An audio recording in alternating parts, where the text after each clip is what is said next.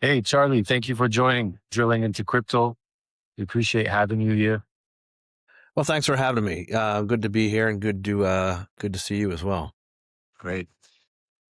So, Charlie, I think, we just like to give a few moments to our guests to introduce themselves, to tell us about their journey into energy, compute, Bitcoin, and the verticals that are relevant to, infrastructure in that space. So, why don't you give us a rundown on what you were doing before BitFuFu and, how you ventured into the Bitcoin space and more precisely, how that has evolved over the next, since you've joined that arena. Yeah, sure. So I've been with BitFu just over 2 years. I joined the company May 2024. The company went public via de-SPAC in March 1st of 2024. So I joined a few months. I've been doing investor relations for about 5-6 years now. So I do head up investor relations and do a lot of capital markets work as well with BitFuFu. But prior to getting into the investor relations world, I spent the majority of my career on Wall Street as a sell-side equity research analyst, covering primarily diversified industrial companies. So a really eclectic group of companies in different end markets, different spaces. So really nothing to do with digital assets or digital mining from a professional standpoint. But however, from a personal perspective, I was involved in that just on my own. Been involved in that probably since 2015.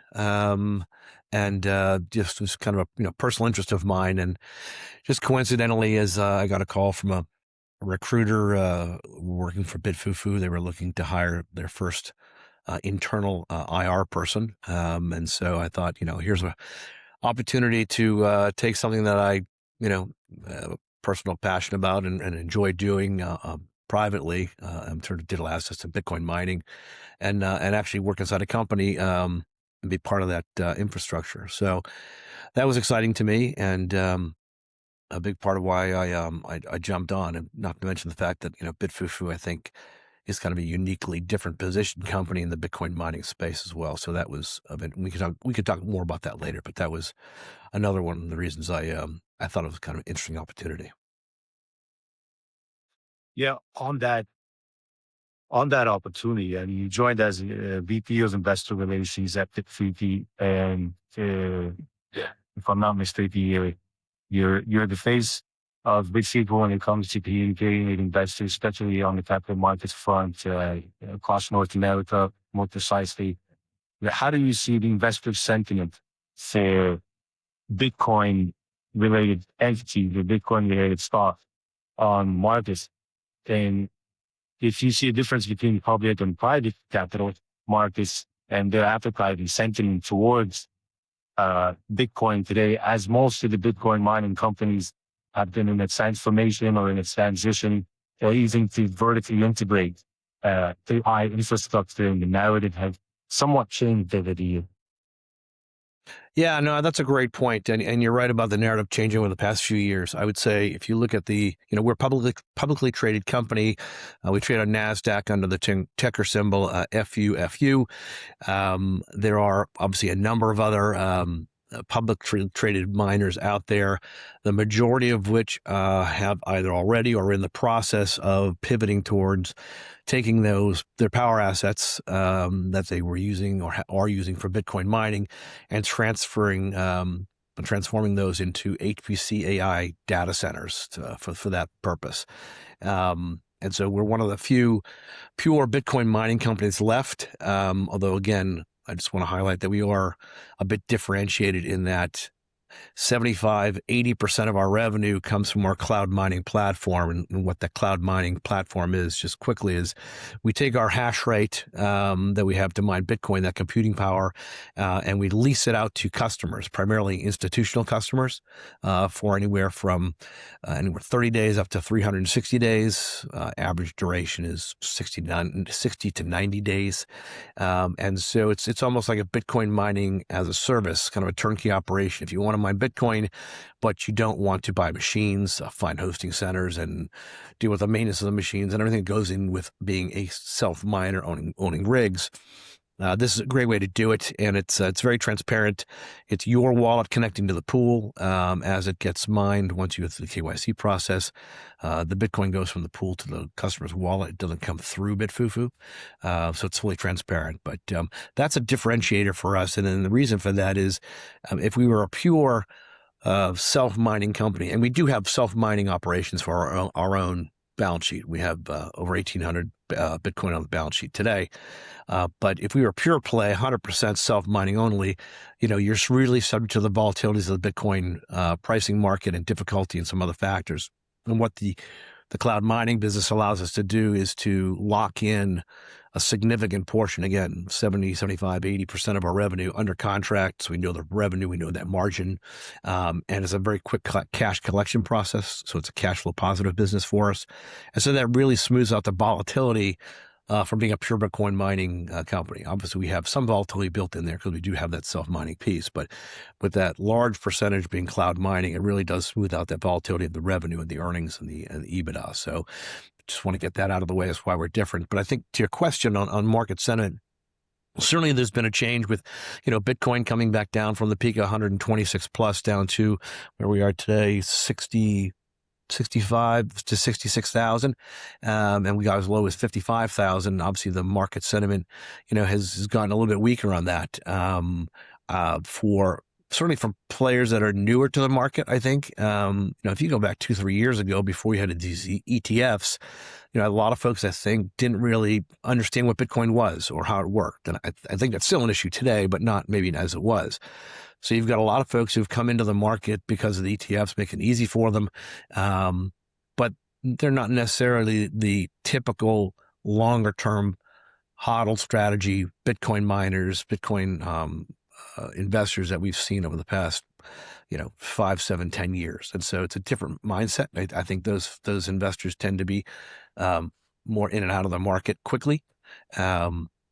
And so it's the mindset is differently changed. But that said, there's still certainly a strong group out there that are the traditional, buy it low, hodl it. It's going to believe in the long term value of the coin and the chain, and that's certainly where we're at. We're continuing to build our Bitcoin stack, and so I think this is a near term, short term negative sentiment environment we're in right now. I think longer term, we expect Bitcoin to go higher. And I think when Bitcoin does start moving back up again, you'll see that sentiment shift right back into being more positive on Bitcoin. The difference this time is going to be that a lot of the large institutional Bitcoin mining infrastructure will have pivoted out of Bitcoin mining. And so what does that do for those that remain Bitcoin miners?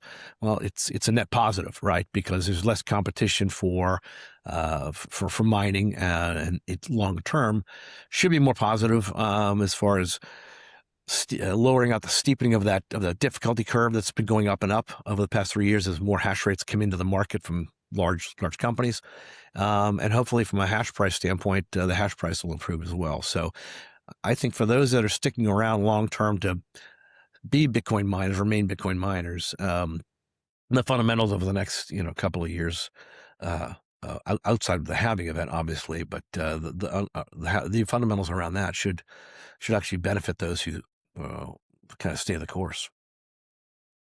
Yeah, that's interesting because you mentioned institutions that are the institutional infrastructure that's pivoting to AI, and that at some point they'll be completely out of Bitcoin. But it seems like the industry took a large portion of their time over the last 5-6 years to institutionalize Bitcoin infrastructure, and now they're ready to pivot out of it. You still see that Bitcoin in general has been institutionalized, and how does that affect Bitcoin's core values and uses? Yeah, I mean, I think the rise of the ETF funds the broadening of the investor base into Bitcoin via the ETFs and some other vehicles. Different crypto exchanges have come out now, so it's much easier to buy Bitcoin than it was a few years ago, buy it or sell it.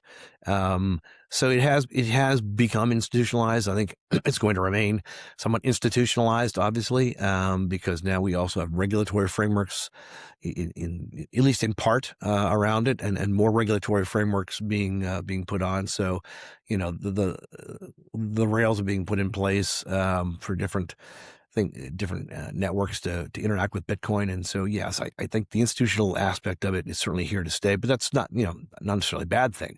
That makes it open to more folks. It makes it easier for people that maybe were hesitant to buy Bitcoin because they didn't want to go through the complication process of they don't understand or trust a wallet. They could buy it on an exchange, and it also allows more applications to be used on Bitcoin, but these other digital asset blockchains that are out there as well. So I think net it is a positive. We do need some more regulatory framework in place to really clarify some of that from an institutional standpoint. And there are still folks out there who are concerned that it's a little bit still Wild West. I mean, you hear these stories about hacks and wallets being drained and things like that. So that still goes on. So it hasn't become completely mainstreamed yet. I think we're a little ways away from that. I think at some point it will be. But net, I think in order to get to that point, you've got to remain somewhat institutionalized. That's very different than saying it's not going to be decentralized. Which obviously is a key tenet of Bitcoin mining, right? It's a decentralized network, and that no one person is going to control the whole thing, and therefore that's the sort of the safety net underpinning that. I think that decentralization aspect, likely improves as these large institutional miners exit the market, right? Some of the larger players mining Bitcoin today leave that market, and so you would think that concentration from some of those players would obviously lessen. And if anyone's going to pick up some of those machines, obviously these miners are going to be getting rid of their machines, selling those used machines into various markets. It could very well be that you have individuals picking up or small groups picking up some of those machines that are, I'm talking about S21 series machines that are high level machines that can be profitable today. And so maybe that actually, expands out the decentralization of the network more than where it is today, even. I don't know.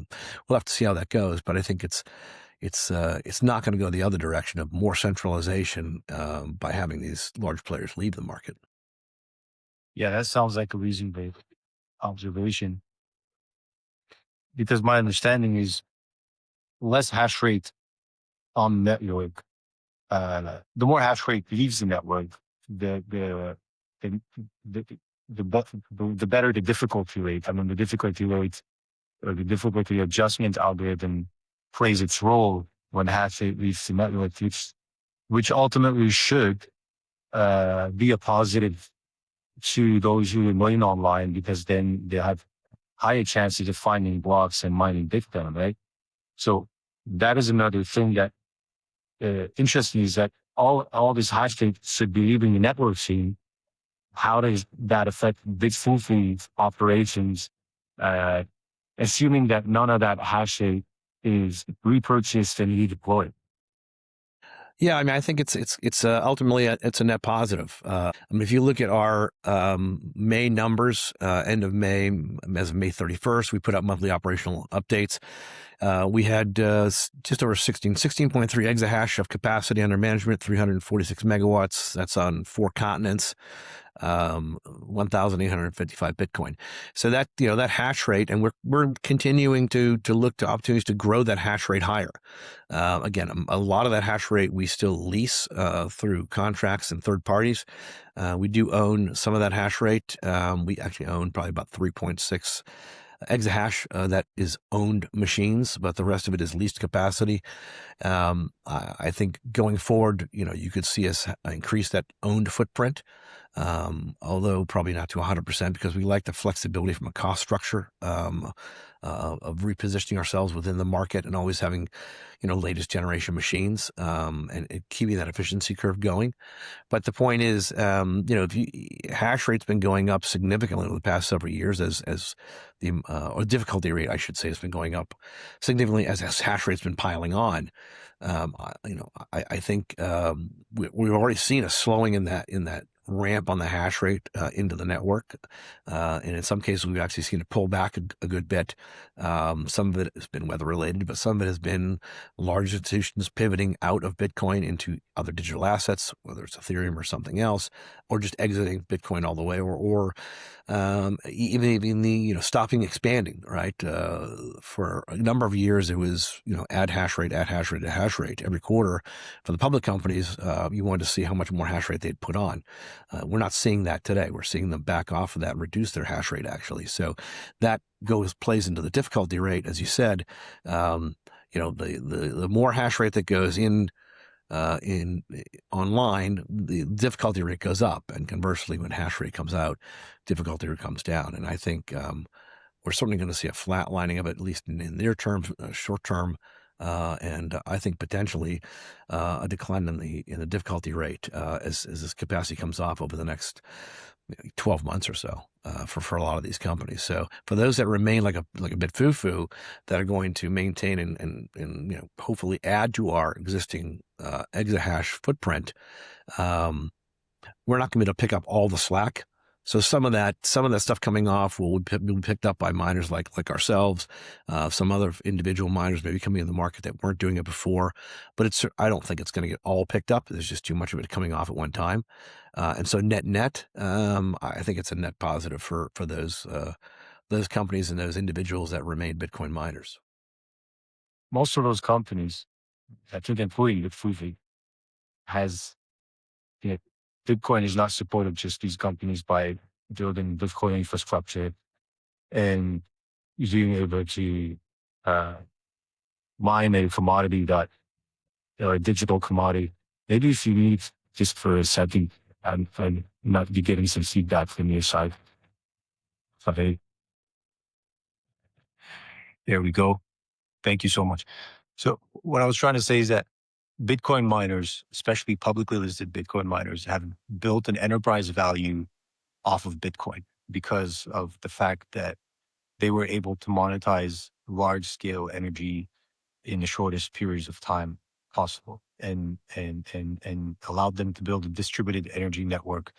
As you said, BitFuFu has 350 plus megawatts across several continents, which ultimately means that BitFuFu controls or operates distributed energy portfolio or a distributed power generation portfolio of assets, which reflects on enterprise value, in my opinion. Like from my observation, a lot of that value is in the infrastructure versus what you apply on the infrastructure, because then as technology evolves, you can just switch out containers, change the technology, whatever the case may be, and each evolution of technology comes with its own CapEx.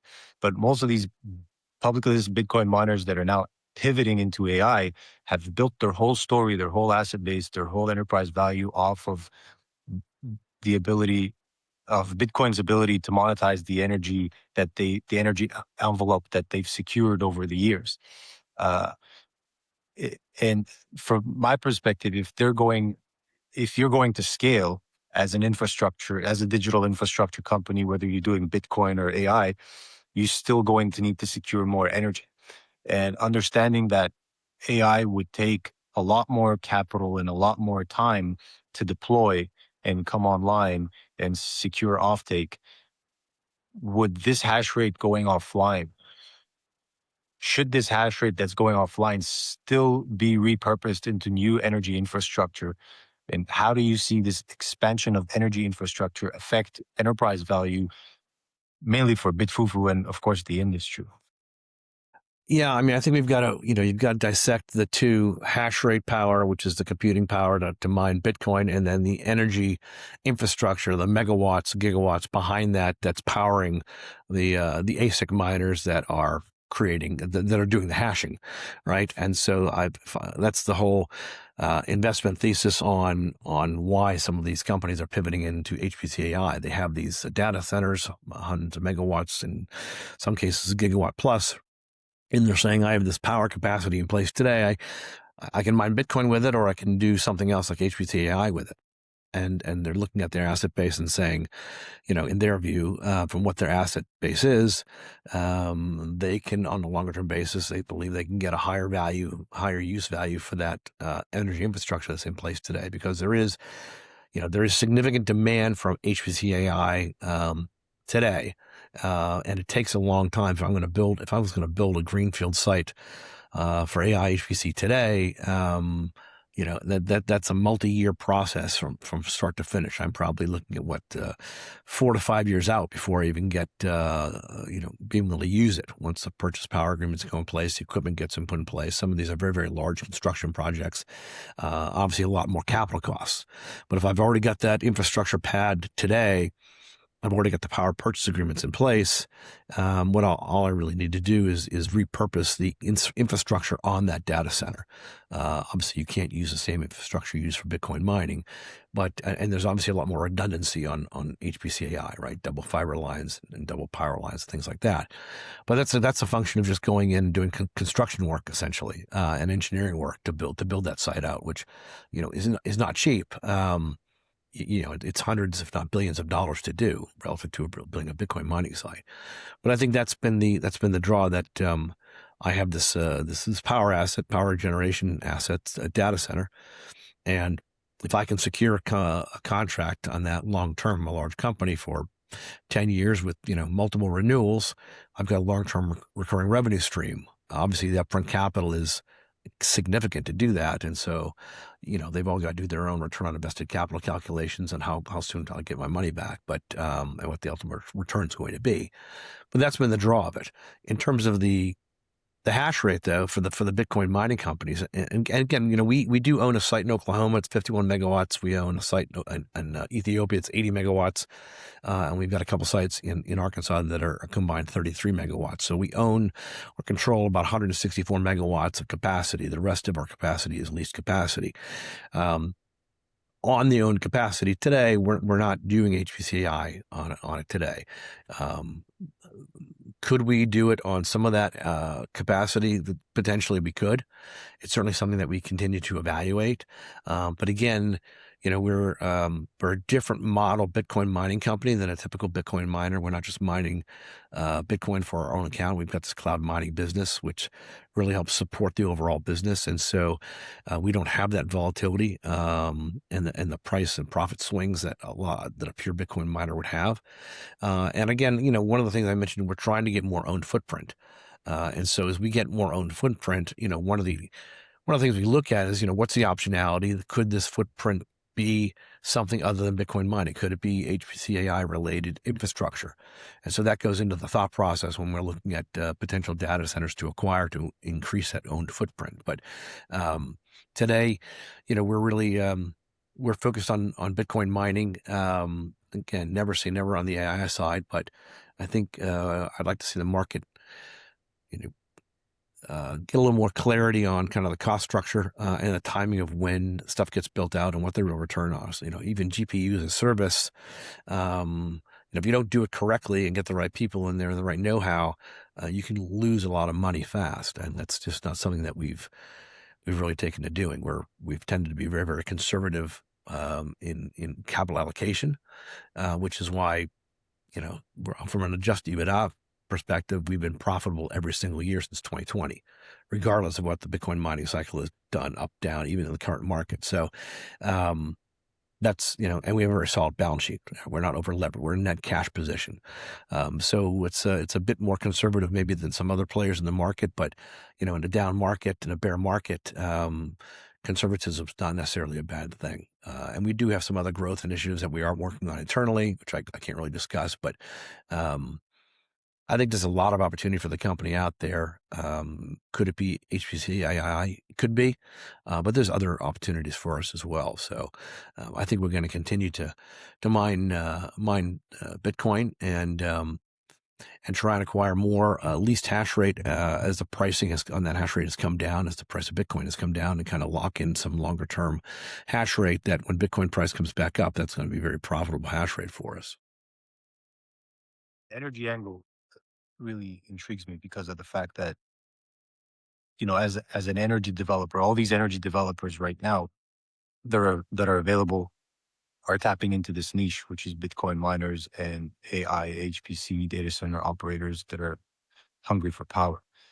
Um, and as BitFuFu scales, or as you see the market expanding its energy footprint, um, the and I go back to enterprise value because it's also a very interesting point, and how I believe investors are undervaluing some of the companies that are on the market, uh, and not taking into consideration the scale and the potential, uh, and the upside that's available in some of these companies. Most of the narrative around AI is, in my opinion, media driven, PR driven, but a lot of the practicalities on the ground, as you mentioned, take years and a lot of capital to bring it into fruition and to materialize some of these contracts, right?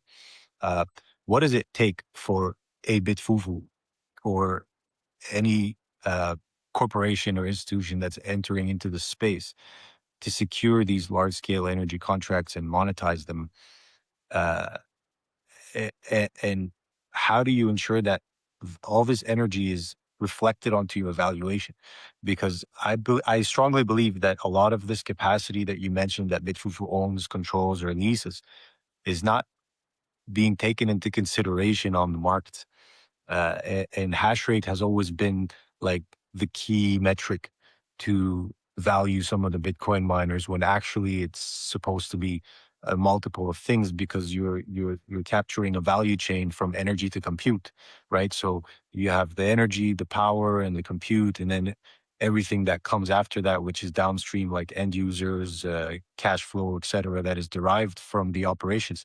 But the components that are involved from energy to compute and the entire value chain, how do you, as as VP of investor relations, communicating with investors, make sure that the megawatt underlying this whole operation is reflected into your valuation? Yeah, I think that's a great question and a great observation. I would say that because we lease a majority, 70+% of our capacity is leased capacity. We don't get a valuation put on that capacity, and so you could look at it and say, there's three parts to the company. There's the value of the Bitcoin on the balance sheet. There's the self-mining business where we the self-owned business with the miners we own and on data centers that we own, and then there's the cloud mining business, the Bitcoin mining as a service, the cloud mining leasing business. And I would argue that if you were to do a sum of the parts valuation and put a multiple on the self-mining business and a MNAV on the Bitcoin on the balance sheet, the math would show you that the cloud mining business, which again is 70 to 80% of our revenue, is being assigned zero value. That's just how the math works out. And I think that's a function of, because the majority of that is leased capacity. And so we're not getting credit because we don't own that capacity. But what's missed is the fact that that is real revenue that generates, and it's recurring revenue. It's a very high recurring revenue, in excess of 70, 80% recurring revenue stream every single year. If you look at our customer retention rate, it ranges anywhere from 70, 80% up to 100%, depending on the quarter. And so that's that's something that I think a lot of people miss when they're evaluating what the company is really worth. That and the fact that, what's the cash flow generation of that business? It generates positive cash flow for us, and generates a very fast cash collection process. Right, the average duration of a cloud mining contract is somewhere in the 60 to 90 day range for us. We get a portion of the contract price up front, and the rest most times is deferred over the life of the contract, but with an average duration of 60 to 90 days.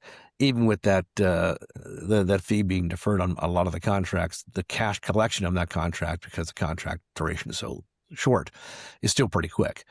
And so we can take that cash and redeploy that back into the business to either buy more leased hash rate, do some M&A to acquire a data center, or buy more ASIC mining machines. And we've got ample supply to buy Bitcoin mining machines. We've got a partnership with Bitmain, the largest manufacturer of ASICs in the world. And we've got a 2-year agreement we can buy up to 80,000 S-series miners from them at very, very attractive financing terms to us. So that's a good position to be in. We're not constrained on available supply should we need those machines, and which is one of the reasons we also started selling machines. We have a buy a machine and host it with us program as well. So that's been introduced in the past 6 or 8 months or so. But because we have access to that supply, we're able to do that.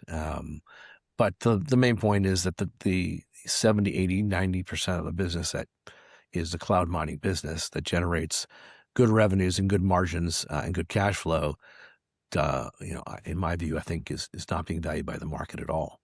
It's being valued purely on what you're earning. Yeah. So I'm right to assume that it's somewhat undervalued because some of the aspects of the business are not being taken into consideration just because of how the math works out, as you mentioned. But math is one thing, and investor perspective, appetite, narrative is another, and that reflects the market. And I think a lot more education has to be provided on that front. But I understand from you that it's really important from a valuation perspective to own the value chain when you're an operator in that space, from energy to compute, and that is where the core value is. And as we're wrapping up, I just want to hear from you, the expert in the field, when to all the investors that may be listening or watching, what would you, as an investor, look at? Right, and very brief, high level, what would you look at before investing in this space, in this sector, energy to compute infrastructure, with the likes of BitFuFu and the others that are on the market? Sorry, I muted myself.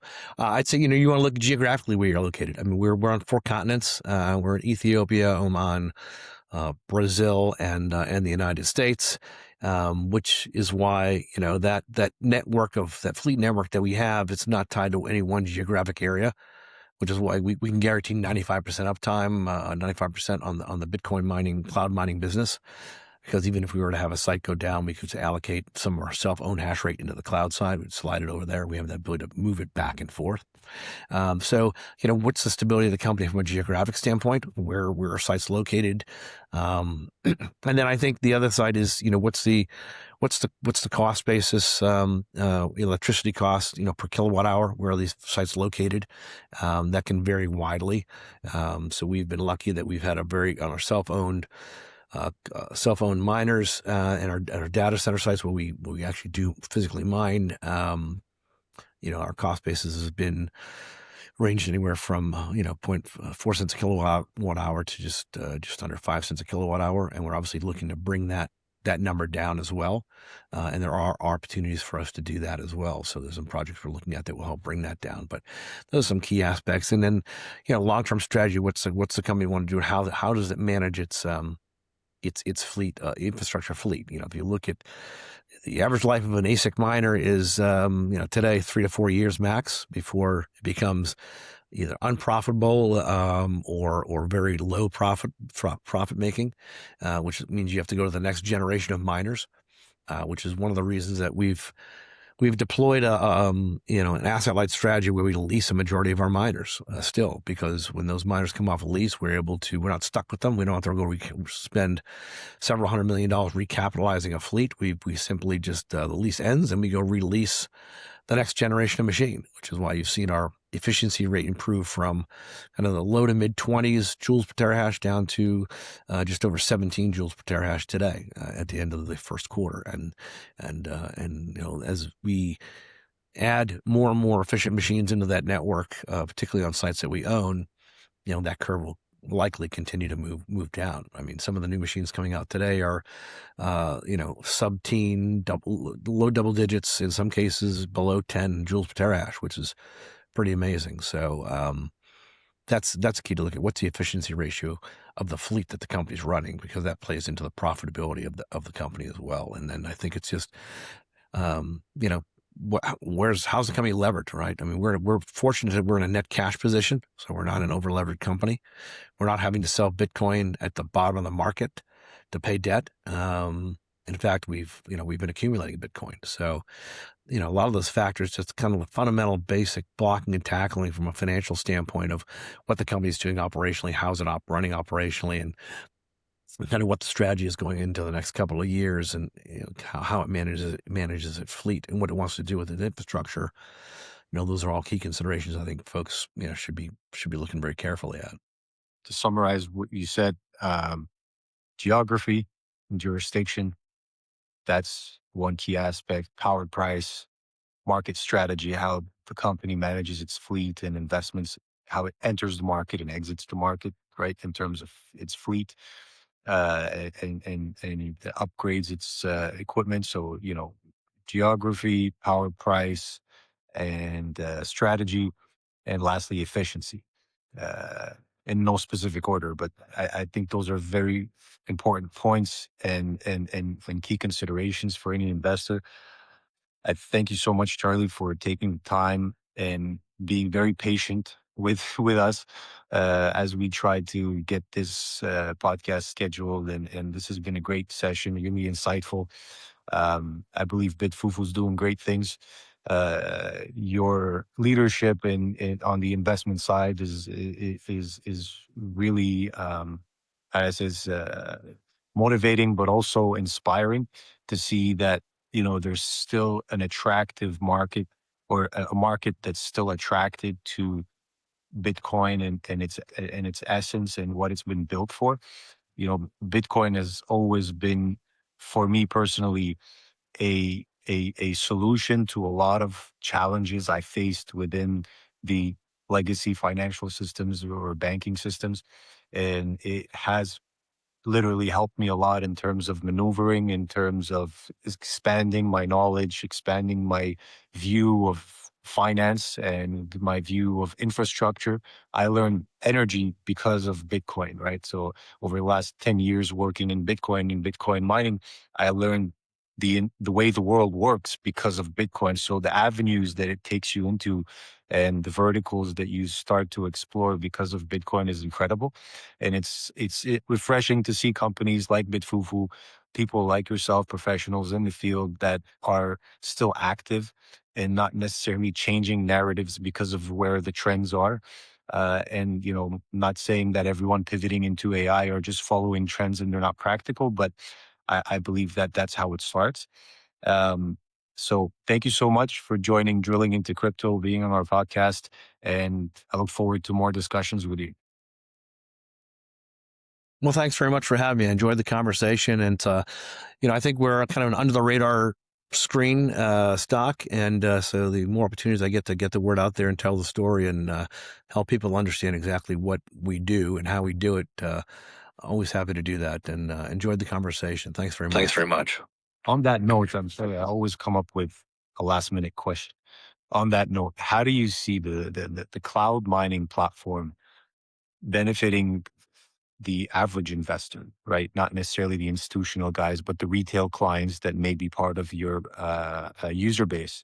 How do you see that offering benefiting wealth generation or investment portfolios of the average investors like myself? Yeah, I mean, the great thing about cloud mining is anyone with practically zero experience in Bitcoin or Bitcoin mining can be mining Bitcoin in a matter of minutes. It's a question of going on in the website and downloading the contract and doing the KYC background and putting your own personal wallet into a pool and paying for the contract, and you're mining Bitcoin. So really, it doesn't require a lot of knowledge underneath the hood to understand how it all works. Although we have obviously a lot of information on there for people that want to learn and dig into it, but you don't have to necessarily. And so, someone who's never mined Bitcoin before, all you really need is the KYC in a wallet, a Bitcoin wallet, and you can be mining Bitcoin. And so it really does open it up for a mass market audience that wants to mine Bitcoin and wants to be involved in that process, and acquire Bitcoin, and recognize the longer term value of Bitcoin, not just where it's trading today or tomorrow or next week. That kind of short term view is a trader's view, and that's not really the view we take. We're long term believers in Bitcoin, and we're using this downturn to acquire more while we think the coin's weak. So that's the beauty of cloud mining, is that it's accessible to anybody. Well, thank you for supporting decentralization. Thank you, Charlie. Appreciate your time.